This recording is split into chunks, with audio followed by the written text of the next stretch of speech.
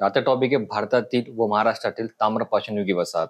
या टॉपिकचा core point जर पाहायला गेला तर सिंपल आहे कोरमध्ये की हडप्पा संस्कृतीचा ऱ्हास झाल्याच्या नंतर तेथील जे काही लोक होते, तेथील जे काही समाज व्यवस्था होती ती पूर्णपणे विखुरली गेली आणि नाहीशी झाली. हे विखुरल्या गेलेले जितके काही लोक होते हे हडप्पाच्या त्या लोकेशन पासून इतरत्र जॉग्राफिकली भौगोलिकदृष्ट्या इतर जागांकडे मूव्ह ऑन झाले. मग दुसऱ्या जागेच्या ठिकाणी काही ऑलरेडी काही संस्कृत्या चालू होत्या. त्या हडप्पा एवढ्या प्रगत नव्हत्या परंतु समकालीन होत्या. तर हडप्पाचा ऱ्हास झाल्याच्या नंतर ही लोक वेगवेगळ्या संस्कृतीमध्ये जाऊन मिसळली. तिथलची काही संस्कृती व यांच्या काही संस्कृती यांचा मिलाप होऊन अजून त्या संस्कृत्या नंतर समोर वाढत गेल्यात. ठीक आहे. ह्या चॅप्टरमध्ये आपण बघणार आहोत की अशा कोणत्या संस्कृती त्या होत्या. यामध्ये सगळ्यात महत्वाचं म्हणजे ह्या अशा संस्कृत्या होत्या ज्यांनी तांबे वापरायला सुरुवात केली होती. त्याच्यामुळे या संस्कृतीला आपण ताम्रपाषाण संस्कृती असं म्हणतो. तर चला यातमध्ये पाहूयाच. भारतातील व महाराष्ट्रातील ताम्रपाषाणयुगीन गाव वसाहती. यामध्ये भारतातील ताम्रपाषाण युगीन महाराष्ट्र आणि भारतातील महापाषाण युग त्याला पाहूयात. तर बेसिक कन्सेप्ट जसं तुम्हाला सांगितलं की नागरी हडप्पा संस्कृतीचा ऱ्हास झाला आणि स्थलांतरित लोक आहेत ते दुसऱ्या लोकेशनवरती, दुसऱ्या भौगोलिक जागेवरती, दुसऱ्या वसाहतींकडे त्यांचं लक्ष गेलं व तिकडे ते मूव्ह ऑन झाले. यामध्ये काय झालं तर हडप्पातील काळातील काही शिस्त आढळत नाही असं एक विशेष गोष्ट त्यामध्ये लक्षामध्ये आली. म्हणजे हडप्पा संस्कृतीमध्ये जेव्हा आपण अभ्यास केला मागच्या वेळेस तर त्यामध्ये आपल्याला काटकोनामध्ये शहरे, त्यांची दफनविधी किंवा दफन करत असताना ज्या गोष्टी होत्या याच्यामध्ये फरक जाणवतो. म्हणजे हडप्पाच्या आणि नंतरच्या त्या ताम्रपाषाण युगातील संस्कृतीमध्ये. तर ताम्रपाषाण युग म्हणजे काय एकदम बेसिकली आपण थोडंसं समजून घ्या की ताम्र म्हणजे तांबे आणि पाषाण म्हणजे दगड. दगड आणि तांबे यांचा एकत्रितपणे वापर करायला लागलेत म्हणून याला आपण ताम्रपाषाण युग असं म्हणतो. ठीक आहे. यामध्ये सुरुवात पाहूयात राजस्थान पासून. आता हे भारतातील पाहतोय आपण. राजस्थानमध्ये आहाड किंवा बनास हे दोन नाव आहेत. ठीक आहे. हे दोन्ही नाव एकाच संस्कृतीचे आहेत. पण असं का तर एक त्या तिथलच्या रिव्हरवरनं म्हणजे जी तिथं नदी आहे व त्या नदीवरती ज्या ठिकाणी ही संस्कृती मिळाली सर्वप्रथम ती जागा, असे दोन नावं आहेत. तर याच्यामध्ये हडप्पा संस्कृतीची समकालीन होती ही आहाड किंवा बनास संस्कृती. मेवाड म्हणजे राजस्थान मधला जो भाग येतो हा भाग मेवाडाचा भाग येतो. ठीक आहे. आहाड नदी या बनास नदीच्या उपनदीवर आहे. आता बानस नदीची उपनदी आहाड नदी आहे. म्हणजे हे दोन्ही पण नदीच्या बेसिसवरती आहेत. त्यामुळे ही दोन्ही नावं त्यांना त्या नदीच्या नावावरनं पडलेली आहेत. ओके. उदयपूर जवळचे हे आहे बालाथल आणि आहे गिलुंड. ही दोन मेन त्याच्याचे असे साइट्स आहेत जिथं आपल्याला ही संस्कृती एकदम चांगल्या पद्धतीनं पाहायला भेटते. यांची भांडी जी होती ती काळी आणि तांबडी प्रकारची होती. काळी आणि तांबडी भांडी म्हणजे याचा अर्थ असा समजा की ती भांडी भाजलेली असायची. ठीक आहे. भाजली. त्यांच्याकडे ती टेक्नॉलॉजी किंवा ते टेक्निक डेव्हलप झालं होतं की त्यांनी ती भांड्यांना एकच भांडे दोन रंगाचे बनवू शकत होते. ही भांडी चाकावर घडलेली असेल म्हणजे ताम्रपाषाण युगात चाकाचा ऑलमोस्ट शोध लागला होता व चाकाचा व्यवस्थितपणे वापर होऊ लागला. काही भाग काळा व उरलेला भाग तांबडा राहत होते. जसं मी तुम्हाला सांगितलं की त्यांना भाजण्याची सवय लागली होती किंवा भाजून ते भांडी बनत असत. ठीक आहे. त्यानंतर राजस्थानमध्ये बालाथलमध्ये अजून काय विशेष पाहायला भेटत तर मातीच्या भांड्याचे उत्पादन फार मोठ्या प्रमाणामध्ये व्हायचं. मातीचे बैल, शंखांच्या वस्तू, दगडी पाती, छिन्या, बाणाची अग्रे, तांब्याची हत्यारे अशी वेगवेगळी वस्तू तुम्हाला तिथं बनवलेली पाहायला मिळतात. यानंतर 2 आडव्या व 2 उभ्या पक्क्या विटांची रचना जिला इंग्लिश बॉन्ड पद्धत पण म्हणतात. आता इंग्लिश बॉन्ड पद्धतमध्ये 2 विटा उभ्या आणि 2 विटा आडवा असं लावून एक पक्की भिंत बनवल्या जायची आणि त्या विटा सुद्धा त्याच्या पक्क्या होत्या म्हणजे भाजलेल्या विटा होत्या. त्यांची जागा आहे खेतरी. तांब्याच्या खाणीमधून तांबे. ऑब्व्हियसली खेतरीमध्ये खूप मोठ्या प्रमाणामध्ये आपल्याला तांब्याची खाण पाहायला भेटते. त्या ठिकाणी तांब्याचे खूप सारे साठे आहेत. तर हे साठे त्यांनी वापरत होते. तांबे वितळून शुद्ध करण्याचे ज्ञान त्यावेळी त्या लोकांना होते. ठीक आहे. आता हे फार अवगत किंवा फार डेव्हलप लोक नव्हती. थोडीशी भटकंती करत करत हळूहळू राहत आलेली ही लोक होती. हडप्पा संस्कृतीचे लोक पूर्णपणे सेटल करून राहत होते. पण ही जी संस्कृती होती ही काही प्रमाणामध्ये सेटल होऊन म्हणजे शेतीसाठी म्हणा किंवा त्यासाठी म्हणा सेटल होऊन राहत होती. तर काही अशी होती की जे भटकंतीमध्ये होती. तर तरी सुद्धा यांच्याकडं ही म्हणजे तांब्यातून शुद्ध करून म्हणजे तांबे वितळून शुद्ध तांब मिळवणं रॉ ओर पासून तर ही ज्ञान त्यांना होतं. हे फार मोठी गोष्ट आहे. त्यानंतर हडप्पा संस्कृतीचे लोक आहाड संस्कृतीकडून तांबे व तांब्याच्या वस्तू आयात करत होतात. हडप्पा संस्कृतीचे यांचं डायरेक्ट कनेक्शन होतं. आता हडप्पाचा भाग हा पूर्ण भाग येतो जो की पाकिस्तानचा भाग आहे आणि अहर आणि हे जो भाग आहे इथून तांब्याच्या वस्तू तिकडं शिफ्ट होत गेल्या किंवा ट्रान्सपोर्ट होत गेल्या. यानंतर राजस्थानमध्येच गणेश्वर जोधपूर संस्कृती. आता हा जो भाग आहे राजस्थानचा व मध्य प्रदेशचा सेंटरवाला भाग, ठीक आहे. यामध्ये काय खित्री तांब्याच्या खाणीचा परिसर सापडले. आता ह्या भागामध्ये खित्री जो परिसर होता तो हाच भाग होता. तर ह्या भागामध्येच ह्या दोन किंवा ही साईड आपल्याला पाहायला भेटते.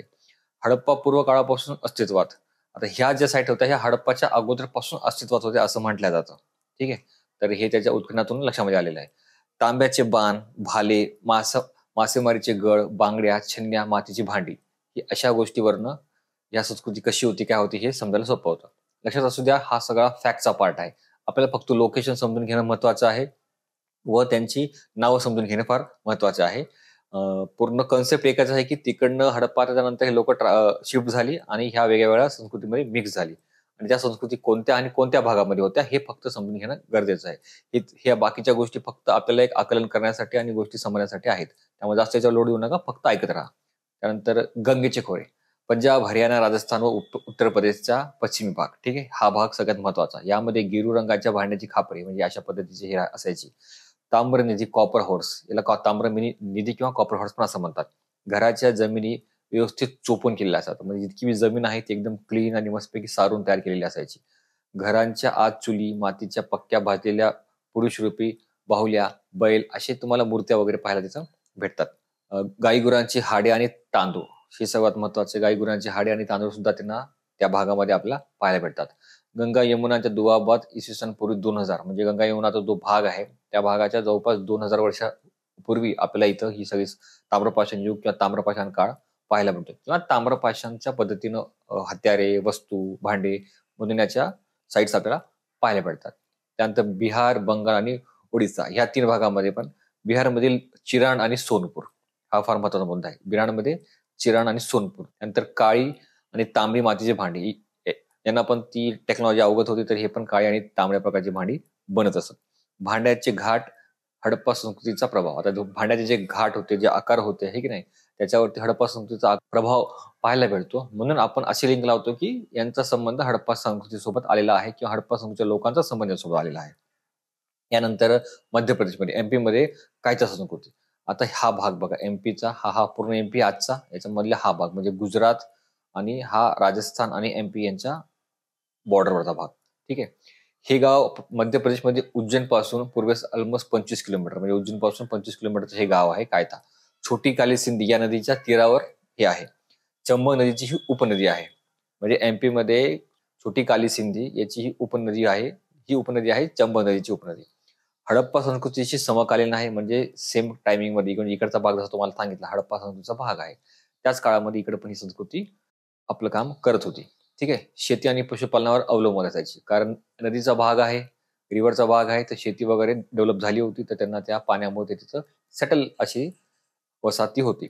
हाताने घडविलेली मातीची भांडे, गारगोटीच्या दगडापासून सूक्ष्मास्त्रे, ठीक आहे. गारगोटीचे दगड वापरून सूक्ष्मास्त्रे बनवले जायचे. त्यानंतर तांब्याच्या कुऱ्हाडी, बांगड्या, मौल्यवान खड्यांचे मणी, हार वगैरे ह्या भागामध्ये तुम्हाला पाहायला भेटतात. म्हणजे कायता संस्कृतीमध्ये विशेष काय तर मौल्यवान वस्तू, खडे, मणी, हार वगैरे ही कायता संस्कृतीची विशेषता आहे.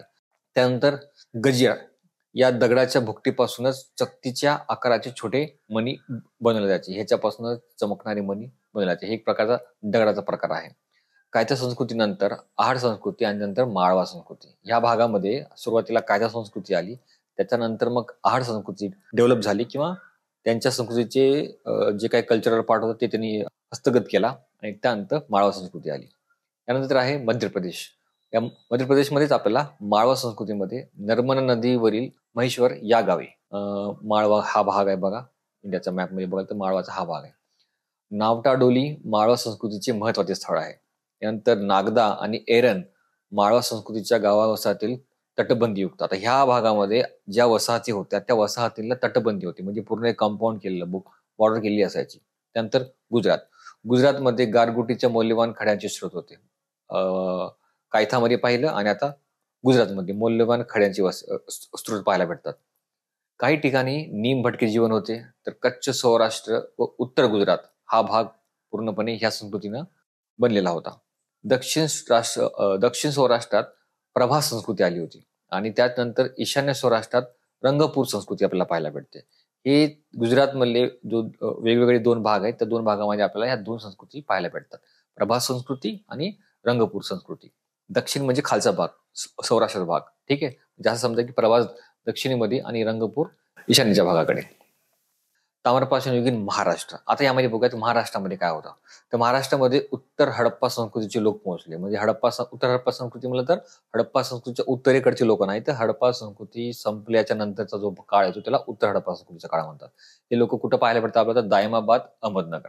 हा मॅप आहे अहमदनगरचा, अंदाज लावू शकता तुम्ही. ठीक आहे. त्यानंतर सावध संस्कृती या नावाने ओळखली जाते. महाराष्ट्रामध्ये ताम्रपाषाण युग सावध संस्कृती या नावाने ओळखली जाते. सावध संस्कृती म्हटलं की तुम्हाला क्लिक झालं पाहिजे की ताम्रपाषाण युग. अनुक्रमे माळवा संस्कृती, जोरवे संस्कृती यांचे अवशेष मिळतात. हे सिक्वेन्स आहे. कारण ह्या संस्कृती बदलत गेल्या, चेंज होत गेले, इकडचे लोक तिकडे जात गेले, त्यामुळे त्या संस्कृतीमध्ये बदल झालेला आपल्याला पाहता येतो आणि त्यामुळे त्यांचे नाव आपल्याला असे पाहायला भेटतात. सावदा हे गाव धुळे जिल्ह्यात. ठीक आहे. तापी नदीवरती. उगम उत्तर महाराष्ट्र, मध्ययुगीन लोक व सौराष्ट्रीय हडप्पा संस्कृती या भागातूनच हे सावधावाले लोक आले होते. दायमाबाद मध्ये सावध संस्कृती हे चाकावर मातीची भांडी बनवत. दायमाबाद मध्ये लोक चाकाचा वापर करायचे. तांब्याच्या वस्तू, गारगोटी, मणी, हाडांपासून बनवलेली तिरागरे, दगडी पाटे, वरवंटे या वस्तू तुम्हाला पाहायला भेटतात. गाव वसाहतीभोवती तटबंदी. आता तुम्ही खूप पॉइंट्स मध्ये पाहत असाल की खूप ठिकाणी तटबंदी हा विषय येतोय. एखाद्या गावाला तटबंदी असणे हे त्या काळाची खूप मोठी उपलब्धी किंवा खूप मोठं काम होतं. त्याच्यामुळं हे विशेष करून आपण नोटिफाय करतो. ठीक आहे. त्यानंतर मातीची घरे, घरातील जमिनी गाळ व माती एकत्र चोपून बनवलेली असायची. मातीची घरे म्हणजे सारवलेले टाईप जे आहे ना त्या पद्धतीनं. हा हा मॅप आहे. माळवा आणि जोरे संस्कृती. महाराष्ट्राचे आद्य शेतकरी. महाराष्ट्राचे आद्य शेतकरी कोण असा जर तुम्हाला प्रश्न केला तर तुम्हाला माळवा आणि जोरे संस्कृतीचे लोक असं सांगायला काही प्रॉब्लेम नाही. ठीक आहे. इसवी सन पूर्वी 1600 माळवा संस्कृतीचे लोक महाराष्ट्रात पोहोचले. बघा, माळवा संस्कृती वरतून खाली खाली महाराष्ट्रात आली. शेतकऱ्यांच्या कायमस्वरूपी गाव वसाहती महाराष्ट्रात प्रथम बसल्या. ठीक आहे. त्यानंतर महाराष्ट्रात त्यांचा संपर्क कर्नाटकातील नवाश्मयुगीन संस्कृतीच्या लोकांशी आला. म्हणजे कर्नाटकाचा मधला जो काही कल्चरल पार्ट असेल तो आपल्या महाराष्ट्रामध्ये आपल्याला पाहायला भेटतो. ठीक आहे. त्यानंतर कर्नाटकमुळे भांड्याचे तंत्रज्ञान, घाट आणि नक्षींचे नमुने यांमध्ये काही बदल पाहायला भेटतो. त्याच्यामुळे तर ते कर्नाटकाचा इन्फ्लुएन्स झाल्यामुळे. आता जॉर्वे संस्कृती या नावाने ओळखली जाते.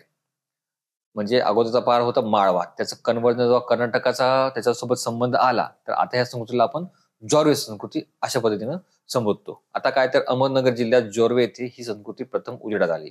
नगर जिल्ह्यामध्ये. ठीक आहे. नगर जिल्ह्यामध्ये खूप जुन्या जुन्या गोष्टी आपल्याला पाहायला भेटत आहेत.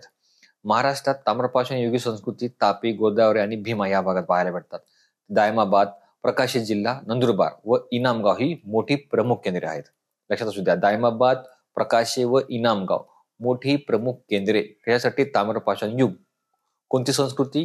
तर जॉर्वे संस्कृती किंवा त्याला आपण माळवा संस्कृती असे म्हणू शकतो.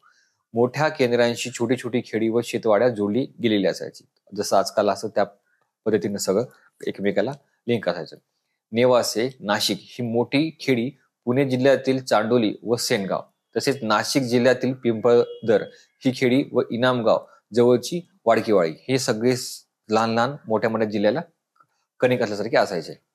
त्यानंतर पिंपळदर, बागलाण घाट, तापीचे खोरे आणि गोदावरीचे खोरे ह्या भागामध्ये पण आपल्याला ही संस्कृती पाहायला भेटते. घोड आणि मुळा नदीच्या संगमावर वाळकी ही एक शेतवाडी होती. जसं आता आपण मागं पाहिलं शेतवाडी.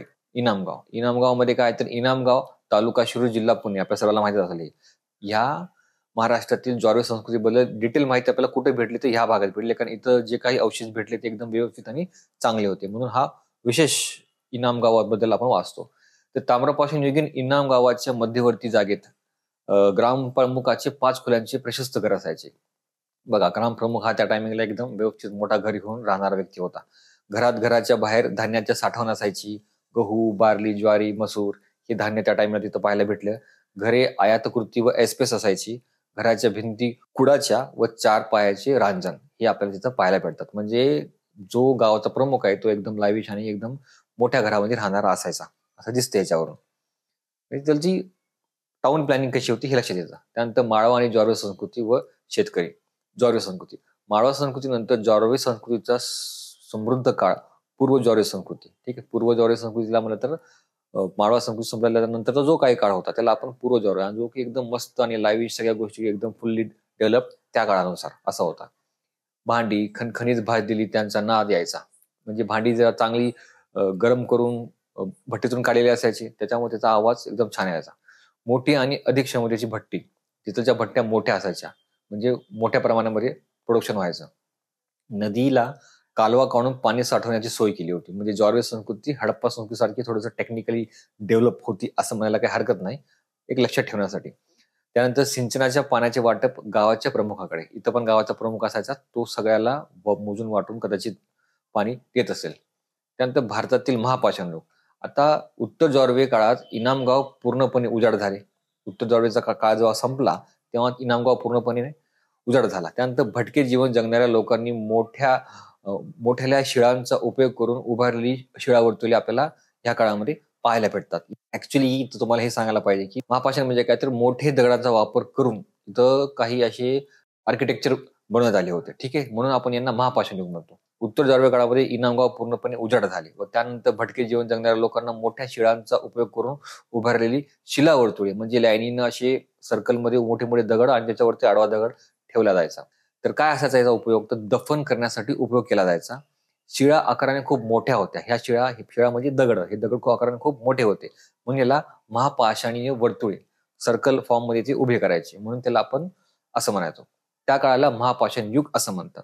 तो जो स्ट्रक्चर आहे त्या स्ट्रक्चरला आपण महापाषाणीय वर्तुळे असं म्हणतो, आणि ज्या काळात हे वापरलं जायचं, बनवलं जायचं, त्या काळाला आपण महापाषाण युग असं म्हणतो. त्यानंतर ओडिशातील बोडो, दक्षिण भारतातील तोडा, कुरुंब, ईशान्य भारतातील नागा आणि खासी या भागामध्ये आपल्याला हे विशेष पाहायला भेटतात.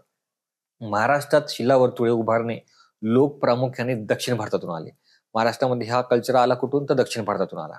महाराष्ट्रातील शिलावर्तुळे लोह युगातील आहेत. कोणत्या युगातील, ज्या काळात शिलायुग होतं, म्हणजे तुमचा कोणता जॉर्वेचा काळ संपला त्यानंतरचा जो काळ होता तो आपण लोहयुग मानला जातो, आणि त्या काळामध्ये ही शिलावर्तुळे बनवल्या जायची. आणि हे महायुग, ह्या महापाषाण युग असं याला म्हटलं जातं. म्हणजे पाषाण युग आणि लोहयुग, म्हणजे पाषाण युग आणि लोहयुग यांच्या आतमधला जो काळ जर कोणता आहे असं जर आपण विचार केला तर महापाषाण युग. ठीक आहे. त्यानंतर महाराष्ट्र महापाषाण युग आहे बघा, हे अशा पद्धतीची तुम्हाला दगड उभी केलेली शिळा आणि त्यावरती अशी दगड ठेवली दिसायची. विदर्भामध्ये प्रामुख्याने नागपूर, चंद्रपूर, भंडारा या जिल्ह्यामध्ये फार मोठ्या संख्येने शिलावर्तुळे आपल्याला पाहायला भेटतात. टाकळघाट, माहुरझरी, खापा, नायकुंड या ठिकाणी शिलावर्तुळांचे उत्खनन आपल्याला झालेले दिसते, म्हणजे उत्खननामध्ये आपल्याला भेटले. शिलावर्तुळे प्राचीन व्यापारी मार्गावर. आता हे जास्त करून प्राचीन जो व्यापारी मार्ग असायचा त्या ठिकाणी जात असताना काही प्रॉब्लेममुळे लोकांचा जीव गेला, तर त्या टाइमला हे तिथं लोक पुरण्यासाठी आणि हे करण्यासाठी वापरत असे. फिरस्ते कारागीर व लोखंडाच्या वस्तू बनवत. आता हा महापाषाण याच्यामध्ये लोक फिरस्ते होते आणि लोखंडाच्या वस्तू बनवायला यांनी सुरुवात केली होती. नागपूर, नायकुंड, महापाषाण युगीत लोखंड शुद्ध करण्याची भट्टी. नागपूरमध्ये नायकुंड या भागामध्ये आपल्याला लोखंडाला शुद्ध करण्याची टेक्नॉलॉजी, म्हणजे आता बघा, आता मागं बघला आपण तांबे शुद्ध करणारे लोक कायच्या संस्कृतीमध्ये, आणि आता आपण आलो नागपूरमध्ये ह्या महापाषाण युगामध्ये, इथं लोकांकडे लोखंड शुद्ध करायची टेक्नॉलॉजी आलेली होती. आजच्या लेक्चरमध्ये इतकंच. मला वाटते शॉर्ट आणि छोटे लेक्चर्स तुम्हाला टॉपिक समजण्यासाठी महत्वाचं आहे. असेच लेक्चर सिरीज आपण पुढे पाहत राहूयात. नक्की लाईक करा, शेअर करा, सबस्क्राईब करा आणि कमेंट करत चला. तुमचे काय डाऊट्स आहेत विचारत चला. आपण ही सिरीज अशीच कम्प्लीट करणार आहोत. एन्शियंट पूर्ण संपेल, प्राचीन इतिहास पूर्ण संपेल, मग आपण मध्ययुगीनवर येऊयात, त्यानंतर आधुनिकवरती येऊयात. जितक्या लवकर तिथे होईल तितक्या लवकर चॅनलला सबस्क्राईब करा, आम्हाला हेल्प करा. आम्हाला कळलं की तुम्ही चॅनलला सबस्क्राईब करताय तर तुम्हाला समजते नाही समजते. ठीक आहे. Thank you very much. भेटूया पुढच्या व्हिडिओमध्ये.